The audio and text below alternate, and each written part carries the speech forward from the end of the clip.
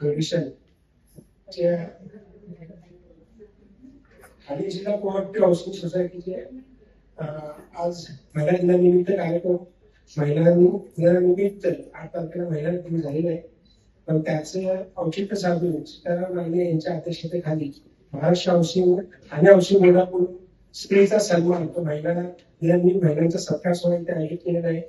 या सोहळ्याला उपस्थित महापौर ठाण्याचे प्रथम नागरिक महापौर शर्मिलाताई पिंपळकर तसेच युवती गायकवाड मॅडम अतिरिक्त जिल्हाधिकारी फेडरेशनच्या अध्यक्ष सीताराम माने आणि सन्माननीय व्यासपीठ तसेच सर्व उपस्थित महिला नगरसेविका नवनिर्वाचित आणि फेडरेशन हाऊसिंगचे सर्व पदाधिकारी आणि पत्रकार मंत्री भगिनी, आज स्त्रीचा सन्मान करण्याकरता आज आम्ही पाहुणे आम्हाला बोललेलं आहे. पण स्त्री ही आज पुरुषांच्या बरोबरीने मतलब 21व्या शतकाची स्त्री आहे आणि पुरुषांच्या बरोबरीने काम करते.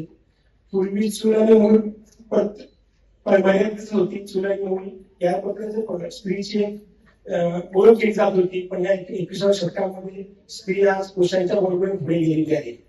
आणि त्याचबरोबर आज उदाहरण बरेच लोकांनी सांगितलं स्त्रीच्या बद्दल, पण थोडक्यात सांगतो की जेव्हा लोकसभा झाली आणि लोकसभेमध्ये आपण कुठेतरी कमी पडलो असं आमच्या सन्माननीय महाराष्ट्रामध्ये कुठेतरी आम्ही बॅकफुटला गेलो.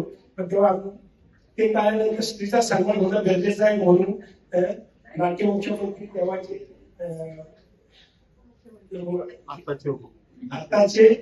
तेव्हाचे उपमुख्यमंत्री एकनाथ शिंदे आणि उपमुख्यमंत्री देवेंद्र फडणवीस साहेब आणि स्वर्गीय अजितदादा पवार यांनी लाडकी बहीण योजना आणली.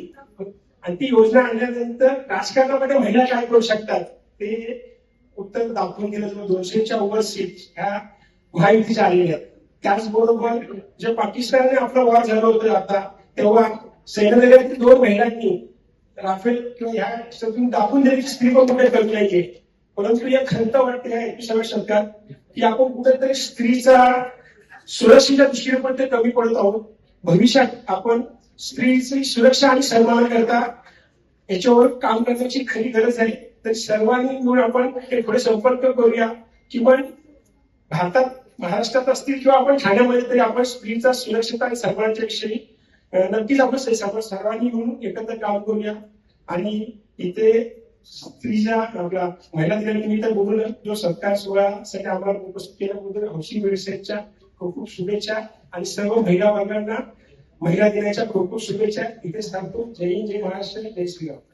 सन्माननीय व्यासपीठ उपस्थित सर्व आमचे मान्यवर आणि आज जागतिक महिला दिनाच्या निमित्ताने आपल्या सर्व लाडक्या नगरसेविकांचा सन्मान करण्यासाठी खरं तर राणे दादा तुम्ही हा कार्यक्रम आयोजित केला त्याबद्दल खूप खूप धन्यवाद.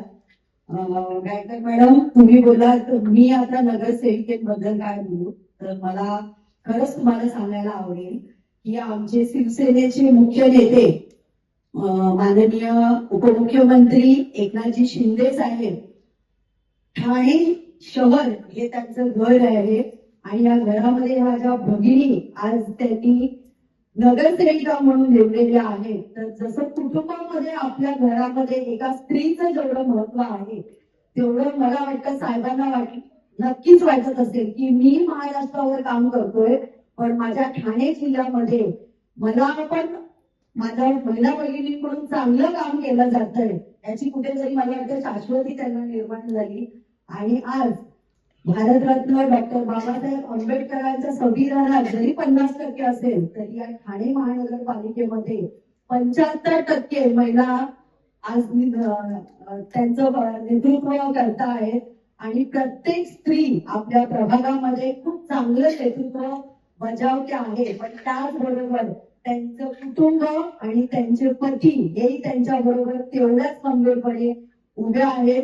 जास्त काही बोलणार नाही कारण सर्वांना ऑलरेडी या कार्यक्रमाला उशीर झालेला आहे. पण मी एवढंच सांगेल की स्त्री जरी आता तुम्हाला प्रत्येक ठिकाणी खांद्याला खांदा लावून दिसते आहे प्रत्येक क्षेत्रामध्ये, पण अजून काही ग्रामीण भागांमध्ये काही या सक्षमीकरणाची खरंच गरज आहे. कारण मला असं वाटतं जेव्हा माझ्या कोपरीमध्ये मी काम करत होते त्यावेळेला तो लिमिटेड एक भाग होता तिथे काम करताना.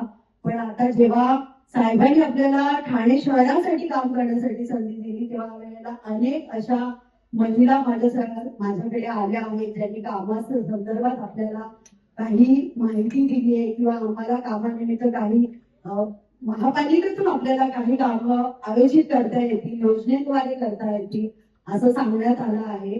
तर नक्कीच आपण सर्व नगरसेविका प्रत्येक प्रभागामध्ये तुम्ही चांगलं काम करतातच आहे, पण अजून 75चे इथे मला तर 2 बसलेच. मी असं म्हणत नाहीये की इथे बसलेच पाहिजे, कारण पुरुष आपल्या मागे तेवढ्याच ताकदीने आपल्या बरोबर पाहिजे असतात. कारण सर्वात महत्वाची कामं मला वाटतं आपले दादा सगळे करत असतात. आणि पुन्हा एकदा तुम्हाला जागतिक दिनाच्या महिला दिनाच्या सर्वांना खूप खूप शुभेच्छा देते. इथेच थांबते. जय हिंद, जय महाराष्ट्र. ठाणे जिल्हा हाऊसिंग फेडरेशनच्या वतीने ठाणे महापालिकेतील सर्व नवनिर्वाचित महिला नगरसेवकांचा आणि ठाणे महापालिकेतील महिला कर्मचाऱ्यांचा आज इथे सीताराम राणे अध्यक्ष यांनी आयोजित केलेला आहे. हा सत्कार समारंभ महापालिकेच्याच नगरसेविकांचा एक वेगळी संकल्पना प्रथमच नगरसेवक झालेले सीताराम राणे यांनी मांडलेली आहे. व त्यांनी महापालिकेबरोबर कसं जुळून घ्यायचं ही त्यांनी आजपासून सुरुवात केलेली अशी दिसते. आणि त्यानिमित्त सर्व महिला नगरसेविकांना आणि सीताराम राणेंनाही महिला दिनाच्या खूप खूप शुभेच्छा. वेगळ्या ठिकाणी कार्यक्रम होते लोकप्रतिनिधी म्हणून, नगरसेवक म्हणून आपण आज 12 तारीखला महिला दिनाच्या निमित्ताने ठाणे महानगरपालिकेमध्ये निवडून आलेल्या सर्व नवनिर्वाचित नगरसेविकांचा, त्याचबरोबर महानगरपालिकेमध्ये सेवेत असलेल्या अधिकाऱ्यांचा आपण इथे सन्मान केला, गौरव केला, सत्कार केला. एक ठाणे हाऊसिंग फेडरेशनच्या वतीने दरवर्षी महिला दिनाच्या निमित्ताने वेगवेगळे कार्यक्रम केले जातात मार्गदर्शनपर. यावर्षी एक सत्कार रूपाने आपण तो आयोजित केला आणि महानगरपालिकेच्या नरेंद्र बल्लाळ सभागृहामध्ये हा संपन्न झाला. आयुक्त साहेब या कार्यक्रमाला खरं म्हणजे येणार होते, पण कार्यक्रम सुरू व्हायच्या अगोदर ते भेटून गेले आमच्या सर्व नगरसेविकांना काही अत्यंत महत्त्वाचं काम असल्यामुळे.